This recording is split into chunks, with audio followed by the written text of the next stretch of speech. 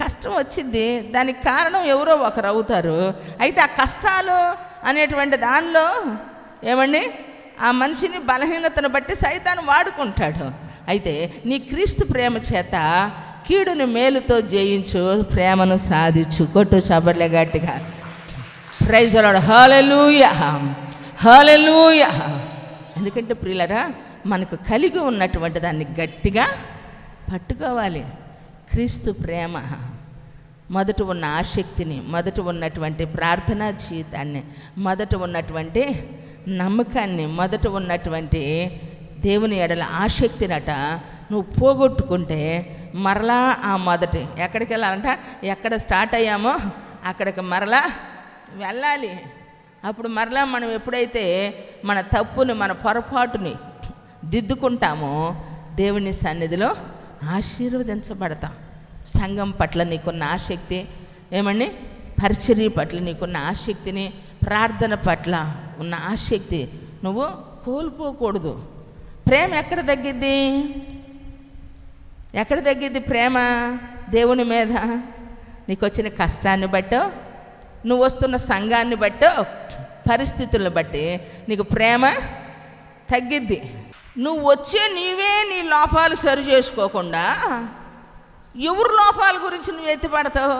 నేను అన్నా చిన్నగా ఉండసాట ఉండనుగా, ప్రజెంట్ నువ్వు ఉందే బలహీనతతో, ఈ బలహీనత నువ్వు పోగొట్టుకోకుండా ఎవరు బలహీనతలు ఎత్తిపడతావు?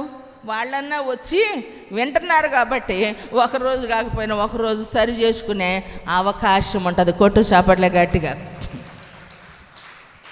నిజం ప్రియులారా, దేవుని సన్నిధిలో ఈరోజు తల్లిదండ్రులు అయినటువంటి వారు ముప్పోదుల తల్లిదండ్రులు పిల్లలకు కావలసిన సమస్తాన్ని చూస్తారు, ఫీజులు కడతారు, బట్టలు కొంటారు, పుట్టినరోజులు చేస్తారు, పెళ్ళిళ్ళు చేస్తారు, వారికి ఆస్తులు కూడా పెడతారు. కానీ వాళ్ళ మాట వినరు. మేము వెళ్ళినప్పుడు, మా దగ్గరికి తీసుకొచ్చినప్పుడు, ఇక్కడ ఉన్నారనుకోండి, వీళ్ళనే కాదు ఎంతమంది అయితే పిల్లలు ఉన్నారో చర్చికి వచ్చేవాళ్ళు, దేవుని సేవకులని వారికి గౌరవం ఉంటుంది. ఏమండి ఒకసారి కాకపోయినా ఒకసారి మనం చెప్పినప్పుడు అక్కలు చెప్తే అంటారు కదా, ఉట్టి చేత్తో ముడితే అర్థం కాదని ఉంగరం చేత్తో ముడితే తెలిసిద్దని. మనం ఉంగరం చేయలేదు, ఏమీ లేదు, అధికారం యేసయ్య ఇచ్చిన ఆ బలంతో వారికి చెప్పినప్పుడు ఒకసారి కాకపోయినా ఒకసారైనా వినే బుద్ధి ఉంటుంది, మార్చుకునే బుద్ధి ఉంటుంది, లోబడే బుద్ధి ఉంటుంది. కొట్టు చాపట్ల గట్టిగా ప్రైజ్ ది లార్డ్. హల్లెలూయా. ఎందుకంటే ప్రియులారా, దేవుని సన్నిధిలో మనం ఉన్నాం కాబట్టి నీకు ఇచ్చినటువంటి కలిగిన దానిని ఏమండి గట్టిగా పట్టుకోవాలా. యేసయ్య ప్రేమ విషయంలో ఎప్పుడూ కూడా నీవు తొలగిపోమాకండి. ఒక్కొక్కసారి వడ్డిచ్చే కాడ, పెట్టే కాడ వాళ్ళని చూసి నేను అంటా ఉంటా, యేసు ప్రభువుని నమ్ముకున్నాం. ఏమండి ఎందుకంటే ఇంట్లోనైనా బయటైనా గొప్పల కోసం పెట్టకూడదు, ఎవరైనా చెప్పుకోవాలనే దానికోసం మనం ఆశించకూడదు. కానీ పెట్టేదైనా ఇచ్చేదైనా మనస్ఫూర్తిగా ఇవ్వాలా, మనస్ఫూర్తిగా పెట్టాలి. మంచి మనసు ఉండాలా. క్రైస్తవుడు హృదయం ఎలా ఉండాలంటే విశాలమైంది ఉండాలా. ప్రేమించేటువంటి మనసుకి క్షమించే గుణం కూడా ఉంటుంది తెలుసా? ప్రేమించే మనసుకి క్షమించే గుణం ఉంటుంది. ప్రేమ అంటే అదే మరి, ద్వేషించటం కాదు, పగ సాధించటం కాదు. ప్రేమ అనేటువంటిది ఎక్కడ నువ్వు పడ్డావు, ఏ స్థితిలో పడ్డావు, అరే నేను పడిపోవటానికి కారణం ఎక్కడ అని చెప్పి దాన్ని పాయింట్ అవుట్ చేసుకొని అక్కడికి మరలా నువ్వు నిలబడగలిగితే దేవుడు నిన్నేం చేస్తాడు? ఆశీర్వదిస్తాడు. ప్రియులారా, నిజం. దేవుడు మనల్ని ఎంత ప్రేమిస్తున్నాడు చెప్పండి. ఏమండి ఎడవబడినటువంటి భార్యనట పురుషుడు రప్పించినట్టుగా చూడండి, దుఃఖాకాంతురాలైన భార్యని భర్త రప్పించినట్లుగా నేను నిన్నేం చేస్తున్నాను తెలుసా? ప్రేమిస్తున్నా. నిమిషం మాత్రమే నేను నిన్ను ద్వేషించి తిని గొప్ప వాత్సల్యముతో మరలా నిన్ను సమకూర్చి తిని. కొట్టు చాపట్ల గట్టి కొట్టు. నిమిషమే నేను నిన్ను ద్వేషించా, మరలా ఏం చేశాడంట? గొప్ప వాత్సల్యముతోనట ఆయన నిన్నేం చేశాడంటే రప్పించాడట, సమకూర్చాడు. దేవుని ప్రేమ అంత గొప్పదండి. విడవబడే దేనికి, దుఃఖాక్రాంతురాలుగా ఉండే దేనికి చెప్పండి?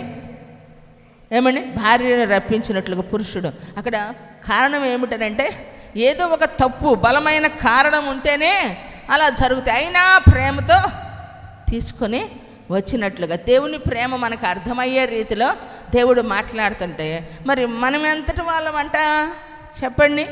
దేవుని సన్నిధిలో ఉన్నటువంటి మన జీవితంలో దేవుడు నీకు ఇచ్చిన మొదటి ప్రేమ ఎంత బలంగా, ఎంత ఆసక్తిగా, ఎంత శ్రద్ధగా దేవుని సన్నిధిలో నువ్వు ఉన్నావో ప్రియులారా, ఆ ప్రేమ కలిగి బ్రతకటానికి సంఘములో, కుటుంబంలో, సమాజంలో కూడా ఆశీర్వాదకరంగా బ్రతకాలన్న దేవుని పేరట ఆనబెట్టి తెలియచేస్తూ ఉన్న దేవునికి మహిమ కలుగునుగాక.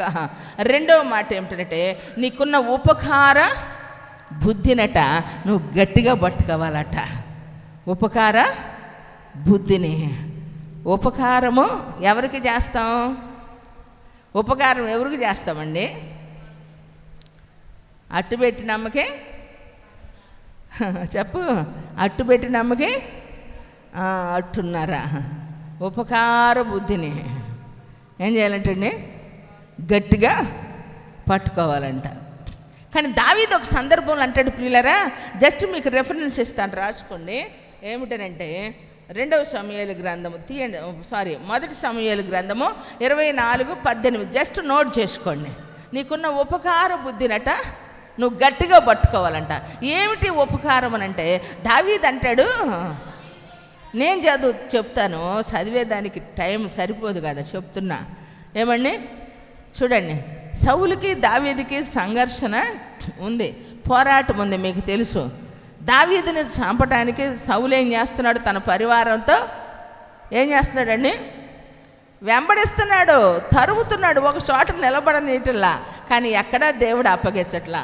ఇంకొక మాట చెప్పాలి అంటే తన కన్న కొడుకే సౌలు తర్వాత రాజు అవటానికి, యోనాతానికి రాజరికం అంటే ఏమండి వంశపారంగా వస్తూ ఉన్నటువంటిది.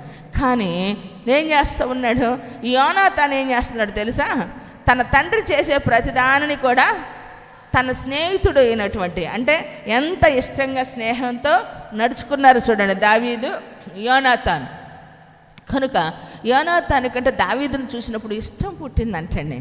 వారిద్దరి మధ్య ప్రేమ మిక్కటంగా ఉందట ప్రియులారా. కాబట్టి ప్రతి క్షణం ఏం చేస్తున్నాడు? యోనాతాను తన తండ్రి అయిన సౌలు చేసేటువంటి అపకారాన్ని తెలియచేస్తూ ఉపకారం చేసి తప్పిస్తూ ఉన్నాడు. ఒకరోజు పలానా గుహ యొద్ద ఉన్నారని తెలిసినప్పుడు దావీదుతో ఉన్నవారు వెళ్ళి నిమిషాల మీద చంపేద్దామంటే నేను వెళ్ళొస్తాను అని చెప్పి సౌలుకు ఉన్నటువంటి వస్త్రపు చెంగుని కట్ చేసి నాయనా అని పిలుస్తాడు. సౌలు అంటాడు, కుమారుడా, దావీదా కుమారుడా, నిస్వరమేనా అది అని చెప్పి చక్కగా పిలిచి అంటాడు. అయితే దావీదు ఏమంటున్నాడు తెలుసా? నాకు దేవుడు నిన్ను అప్పగించినా నేను నిన్నేమీ చేయలేదు, చంపలేదు, హాని చేయలేదు. అయితే నీ వస్త్రపు చెంగును మాత్రమే నేను కట్ చేశాను. ఎందుకో తెలుసా? నేను నీ వద్దకు వచ్చానన్న సంగతి నీకు అర్థమవ్వాలని. అయినా సౌలు గారు, రాజుగారు, నీవు తరుగుతుంది ఎవరిని? మిన్నల్నా? నువ్వు తరుగుతుంది ఎవరిని? అసలు కుక్క లాంటి వాడను, మిన్నల్లి వంటి వాడను, నన్నా నువ్వు తరుగుతుంది? నీవు అంత హోదాలో ఉండి నా కొరక నువ్వు ఎంత పూట పడుతుంది ప్రయత్నాలు చేస్తూ ఉంది. కానీ దేవుడు నిన్ను అభిషేకించినందువలన నేనేమీ నీకు హాని చేయలేదు. ఎందుకో తెలుసా? ఆయన విచారణ చేసి నీకు నాకు ఆయనే తీర్పు తీరుస్తాడు, న్యాయము జరిగిస్తాడని నేను నిన్ను ముట్టలేదు అంటే సౌలు అంటాడు, ప్రియులరా, నేను చేసిన అపకారమునకు నీవు నాకు ఉపకారము చేసావు. కొట్టు, గట్టి కొట్టు, చేపడలే గట్టి కొట్టు. నేను నీకు అపకారము చేశా, కానీ నువ్వు నాకేం చేశావు? ఉపకారమే చేశావు. అయితే దేవుడు నిన్ను రాజుగా అభిషేకించినప్పుడు నా సంతతి అయిన వారు నశించిపోకుండా ఉండనట్లుగా నీవు జ్ఞాపకం చేసుకో. ఎంత అద్భుతం అండి! కొట్టు, చేపడలే గట్టిగా. అంటే దేవుడు తృణీకరించిన తర్వాత కూడా కొన్ని సంవత్సరాలు రాజుగా పరిపాలించాడు ప్రియులారా. అయితే ఆ రాజ్యంలో దేవుని మహిమను చూడలేకపోయాడు. పోరాటాల మధ్య, యుద్ధాల మధ్య జరిగింది. దావీదును కూడా రాజుగా అభిషేకించిన తర్వాత సమూయేలు వెంటనే పట్టాభిషేకము ఎక్కలేదు, సింహాసనం మీదకి ఎక్కలేదు. కొన్ని సంవత్సరాల మధ్య రాజుగా ఉండి కూడా ఏమండి తరమబడినటువంటి పరిస్థితులు ప్రియులారా. అందుకే బైబిల్ని మనం క్షుణ్ణంగా చదివినప్పుడు మనకు అర్థమవుతూ ఉంటుంది. ఎంత అద్భుతమైన విషయమో చూడండి. ఎందుకంటే దేవుడు అభిషేకించిన వారిని మనం ముట్టకూడదని. ఈరోజు చాలామంది దేవుని చేత అభిషేకించబడిన వారే, బలంగా వాడబడుతున్నటువంటి వారే, దేవుడు ఆశీర్వదించిన తర్వాత ఆ మొదట ఉన్నటువంటి ఆలోచనలు మారిపోతాయి. ఆ యథార్థత ఉండదు, ఆ నమ్మకం ఉండదండి. ఎందుకంటే ఏ కుయుక్తి లేకుండానే అమాయకత్వాన్ని చూసి దేవుడు ఆశీర్వదించినప్పుడు ఆ అమాయకత్వంలో ఆశీర్వదించబడిన ఆశీర్వాదాన్ని ఏమండి ఆత్మీయంగా అనుభవించాల్సింది ఏం చేస్తూ ఉంటారంటే, ఏమీ లేనప్పుడు యథార్థంగానే ఉంటారు, కానీ కొంచెం వచ్చిన తర్వాత తమ నమ్మకాన్ని కోల్పోతారు ప్రియులారా. తన ఇష్టాన్ని చేసుకుంటారు.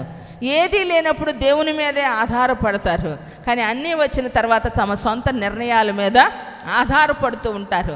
ఇది సేవకుల్లో కూడా నేను ఎంతమందినో కూడా చూస్తూ ఉన్నాను. కారణం ఏమిటంటే, సాగుతుంది కదా ఏమండి అన్నట్టుగా కొన్ని విషయాలు ఏం చేస్తూ ఉంటారంటే వారి వైఖరి కనపడుతూ ఉంటుంది. అయినా కూడా మనమేమీ కూడా నోరు తెరిచేదానికి లేదు. కారణం ఏమిటంటే, దేవుని సన్నిధిలో మనము ఉన్నాము. ఎవరికి మనం భయపడి బ్రతకాలి అని అంటే, దేవుడు మనల్ని ఏ పిలుపు చేత వాగ్దానమునిచ్చి పిలిచాడో దాన్ని నెరవేర్చడానికి ఆయన లేని రోజున మనం చింతపడాలా, ఆయన లేని రోజున మనం భయపడాలా. ఆయన మనల్ని విడిచిపెట్టిన క్షణాన మనం ఏమవ్వాలండి? యేసన్న గారు పాట పాడారు కదా, నువ్వు లేని క్షణం ఒక క్షణం ఒక యుగం. అందుకనే నీవు నా ఎడల కోపించుచూనే వాత్సల్యత చూపుచున్నావు. కొట్టు చాపట్ల గట్టి కొట్టు.